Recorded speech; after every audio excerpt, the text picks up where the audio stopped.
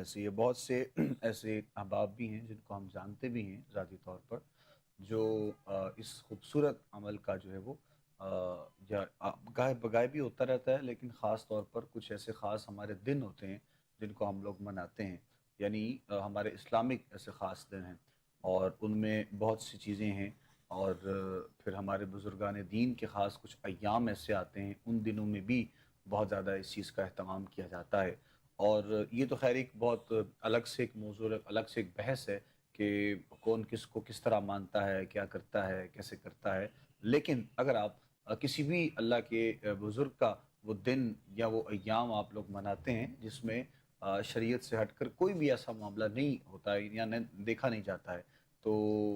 میرے خیال سے اس میں کوئی قباحت نہیں ہو سکتی ہے اگر آپ وہاں پر قرآن کی کوئی تلاوت ہو رہی ہے، قرآن و حدیث لوگوں کو پڑھائی جا رہی ہے، بتائی جا رہی ہے، سمجھایا جا رہا ہے، اور بعد از اس تمام چیزوں کے اگر اسی وقت میں یعنی کچھ طعام کا اہتمام کیا جاتا ہے، سارے معاملات ہم جو دیکھ رہے ہوتے ہیں، تو کوئی کسی قسم کی اس میں کوئی قباحت ایسی ویسی نہیں ہے۔ تو اکثر چونکہ ہم نے سنا ہے ایسے معاملات پر، وہ چونکہ سوال ہمارا موضوع ایسا تھا تو میرے ذہن میں یہ بات آ گئی کہ لوگ یہ بھی کہہ رہے ہوتے ہیں کہ یہ تمام جو پیسے ہیں یہ تو صدقے کے پیسے ہیں، اور یہ تو خیرات جو ہے وہ لوگوں کو دی جاتی ہے، تو یہ اکٹھا کر کے اس کو ایک بڑے پیمانے پر اس کا اجتماع کرتے ہیں یا لوگوں کو کھانا کھلایا جاتا ہے۔ تو یہ بھی ایک بڑا عجیب سا کانسیپٹ اصل میں چونکہ لوگوں کے ذہن میں ہے، اور جس کو دور کرنا بہت زیادہ ضروری ہے۔ تو ایسا تو خیر کوئی معاملہ نہیں ہوتا ہے، جہاں تک رہی ہم جن بزرگان دین کو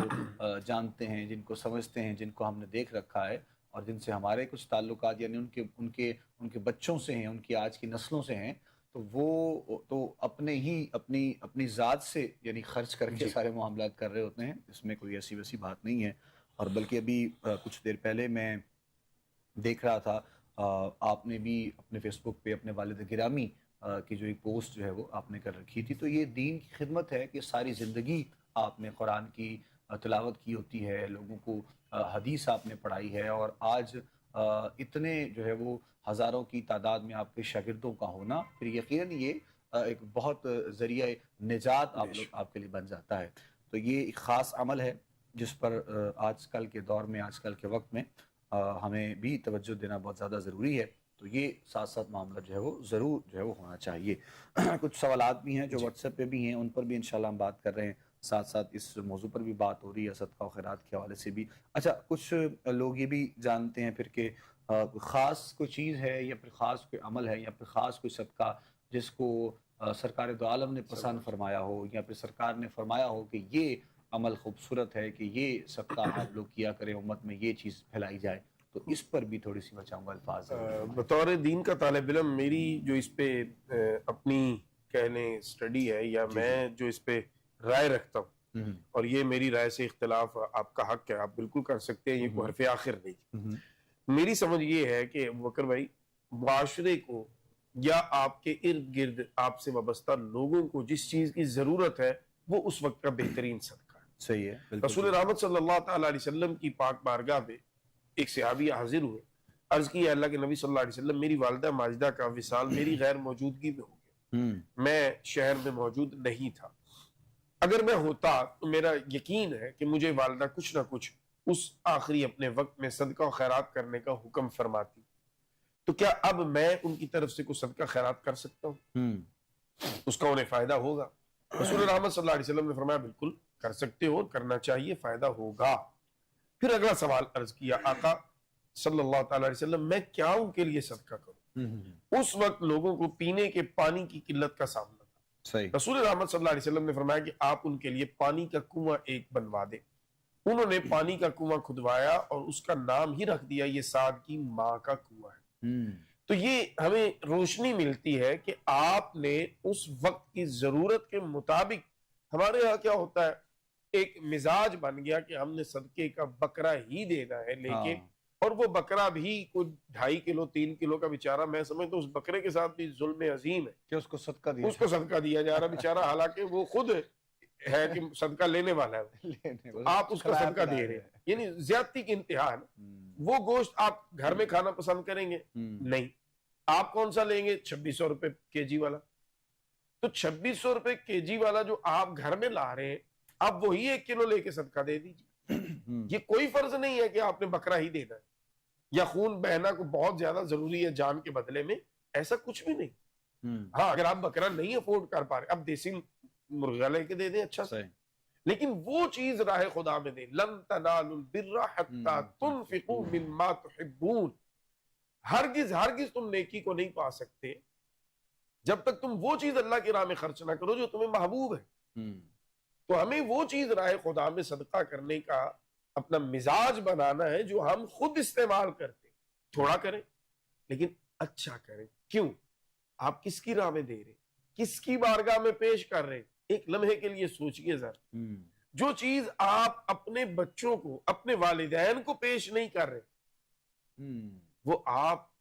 کائناتوں کے مالک کی بارگاہ میں پیش کر رہے۔ تو جب آپ اس کو سمجھیں گے تو پھر انشاءاللہ، تو ایک تو یہ کہ ضرورت کے مطابق، یعنی آپ کے گھر میں، آپ کے پڑوس میں غریب ہیں اور انہیں دوائی کی ضرورت ہے، بہترین صدقہ ان کو دوائی لا کے دیں۔ ایک گھر میں راشن نہیں، بہترین صدقہ انہیں راشن لا کے دیں۔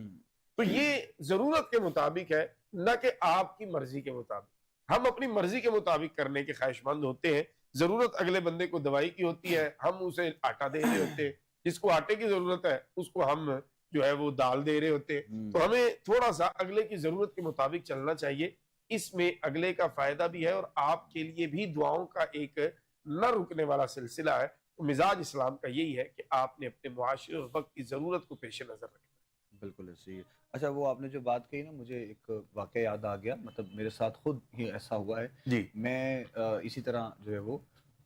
گوشت والے دکان پہ گیا نا لینے کے لیے، تو میں نے اس کو پیسے دیے کہ یہ گوشت مجھے دے دو۔ تو میں نے اس کو یہ نہیں کہا کہ مجھے کس چیز کے لیے چاہیے۔ اچھا، اس نے مجھے خود سے گوشت دے دیا، اور گوشت اس نے مجھے وہ دیا کہ جو ویسٹیج ہوتی ہے نا ساری چیزیں، وہ اس نے مجھے ڈال کے دے دی۔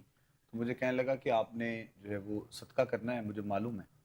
تو میں نے پھر اس کو یہ بات کہی، میں نے کہا کہ تم نے ایک تو مجھ سے پوچھا بھی نہیں ہے، اور دوسرا تم نے خود سے دے دیا ہے۔ یعنی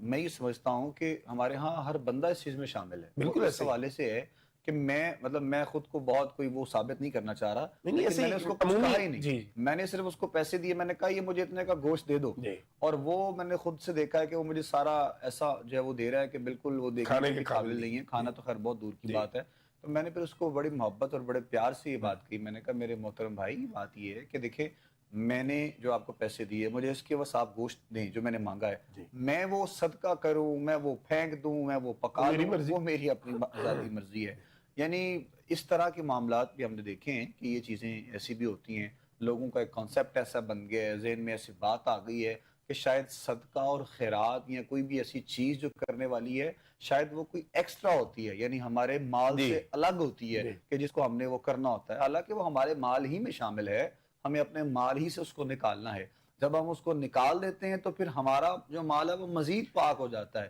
مزید صاف ہو جاتا ہے۔ بکر بھائی، وہ بڑی معروف روایت ہے نا، جی حضرت بی بی پاک کی رضی اللہ تعالی عنہ وسلام اللہ علیہ، آپ نے روزے رکھے تین، اور تینوں دن افطار کے وقت میں سائل آیا، تو آپ نے کیا عطا فرمایا؟ جو اپنے لیے سامنے پڑا تھا، وہ جو بھی تھا، اللہ اکبر، آپ نے اپنے آگے سے چیز اٹھا کے راہ خدا میں دی، اپنی بھوک اور اپنا 3 دن کی جناب والا وہ ساری چیزوں کو قربان کیا۔ یہ روح اصل یہ ہے۔ ویسے تو یقیناً وہ سخاوت کے بادشاہ ہیں، لیکن وہ جو وقتی طور پر ان کے ساتھ سیدہ کائنات کے حوالے سے، مطلب وہ جو معاملات تھے، جس طرح آپ کہہ رہے ہیں کہ بھوک بھی تھی اور پیاس بھی تھی، لیکن جو چیز سامنے پڑی ہے آپ نے وہ دی راہ خدا میں، یہ نہیں کہ کوئی اور چیز اٹھا کے، نہیں، یہ تربیت تھی نا ہماری، ان کو تو ضرورت نہیں ہے۔ میں تو سمجھتا ہوں یہ بھی ہم کہہ دیتے ہیں، حالانکہ شاید یہ بھی کوئی مناسب بات نہیں ہے کہ انہیں بھوک ہوگی، جس کو اللہ کی محبت کے جام مل چکے ہو، جس کو حضور جان رحمت صلی اللہ علیہ وسلم کی دید عطا ہوتی ہو اور ان کے ہاتھوں کے بوسے لینے کا شرف حاصل ہو، اور جن کو حضور جان رحمت صلی اللہ علیہ وسلم اپنے جگر کا ٹکڑا فرما دیں، ان کو پھر یہ بشری ضرورتیں جو ہیں یہ ان کے سامنے کوئی حیثیت نہیں رکھتی۔ لیکن ہماری تربیت کے لیے ہے نا، انہوں نے سکھایا ہمیں کہ بچوں جب راہ خدا میں دینا ہے تو پھر وہ والا مال نہیں جو آپ پھینکنے کے لیے ہے وہ اٹھائے اور آپ کہیں کہ یہ میں راہ خدا میں دے رہا ہوں اور جو تازہ ہے وہ میں کھا رہا ہوں، نہیں، جو تمہارے سامنے پڑا ہے، جس کو تمہارا دل کر رہا ہے کھانے کو، وہ دو راہ خدا میں،